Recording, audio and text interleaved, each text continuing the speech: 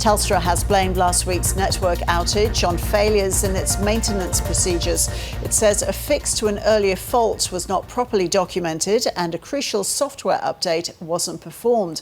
Telstra CEO Vicki Brady and senior executives are before a Senate inquiry today, being grilled over the outage, which blocked more than 600 000 calls and caused widespread problems on transport and payment networks. We now understand the likely root cause of the outage, though our investigation and external expert investigation will test this thoroughly. The team carrying out the maintenance work followed the correct procedures. However, when the device was repowered, a GPS card within it did not operate as expected. We now believe this occurred because of an intentional design change that had previously been made to the equipment to fix an earlier fault.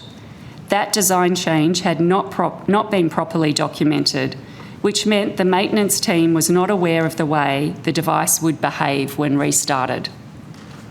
A software update had not been applied to the GPS card. Had that software update been completed, or had the design change been properly documented and reflected in the maintenance procedures, the outage may not have occurred. This is clearly unacceptable. If maintenance work can trigger this kind of outage, it suggests our controls were not good enough. We are accountable for that. So the processes, the update didn't happen when it should have. The process to document whether an update had or hadn't happened wasn't in place. The device itself seems to be out of date. And this doesn't seem like a complex matter. This seems like incompetence. How many other pieces within the system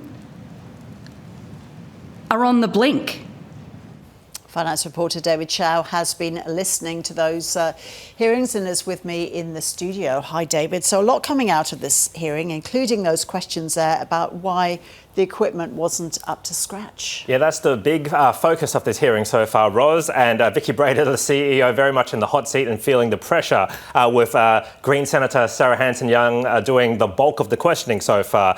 Now, also being questioned is Gerard Tracy, a Telstra executive of a very long title, who was, I guess, responsible for that piece of equipment. His title is the Group Owner for End-to-End Service Performance and Resilience. A bit of a mouthful there. And so far, the questioning has been quite spicy, I got to say, with Senator Hanson-Young accusing Telstra of being smug about this situation. In her line of questioning, she's essentially cast doubt on the reliability of Telstra's telco services and accused them of relying on out-of-date equipment for causing this failure, this network outage that affected so many Australians last week. Now, Vicki Brady, the CEO, in defending against these claims, she did say that Telstra has not cut back on spending. In fact, she says that the capital expenditure has increased. And then she's also denied that staff cuts, of which there have been so many in the last few years, were responsible or directly responsible for this outage. Now, the focus, as you mentioned, why Telstra didn't act earlier on the manufacturer's warning or find a way to replace the equipment any time earlier. So Senator Hanson-Young did ask Vicki Brady how much it would cost, and the answer was $30,000. So let's take a listen to this exchange. And the manufacturer warned that you had to do something about this, and you thought better. So, Chair, that's absolutely part of the investigation, that we need to get and understand why. As I have said, it's unacceptable that we had an outage that resulted from, well, it could have been avoided, we believe, if we had either done the software update or we had documented the design change and that had been taken into account. What about if you had replaced the piece of equipment?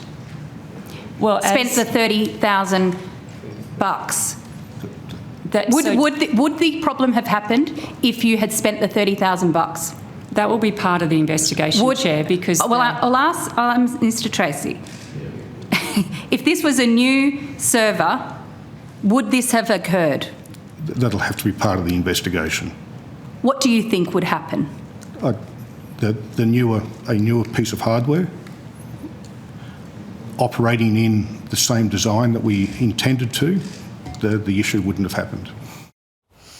David, in the last few minutes, a lot of questions about compensation and how much this will cost Telstra. Yeah, that's a very sensitive issue, and Telstra doesn't really have a clear answer on that. In fact, in the last few days, we've spoken to consumer groups, consumer bodies, who've essentially said Telstra is not really making it easy for consumers to receive compensation. Very much the onus is on the consumer to prove that they've suffered loss or been inconvenienced as a result. So somewhat a bit of a legalistic approach there. But in the course of questioning at today's hearing, Vicki Brady, the CEO, said she has written to millions of Telstra customers about the compensation process, but through questioning she did concede that not all will get compensated. So let's listen to this exchange here. You're telling me you don't know how much you're going to have to pay, you don't know how much you're prepared to pay, you don't know how much you should pay. It doesn't make any sense to me. Well, in this case, not every customer was impacted, and not every customer impacted in the same way. As I said, we're 100% committed. That's why we model and prepare. That's why we model and prepare. And no situation is ever going to be the same. But if you're running an organisation with proper due diligence, you prepare for these things. You model these things. You have an understanding of if half of our customers are knocked off the system, what do we expect to pay in compensation? Surely your board requires that. And it's part of our analysis, Chair. And that's what we now have stood up the processes to be able to support that. But you won't tell us the figures. I don't have an estimate today for this outage. That's what we will work through as customer claims and complaints come in. As you heard, Ros, no clear answer on the compensation issue.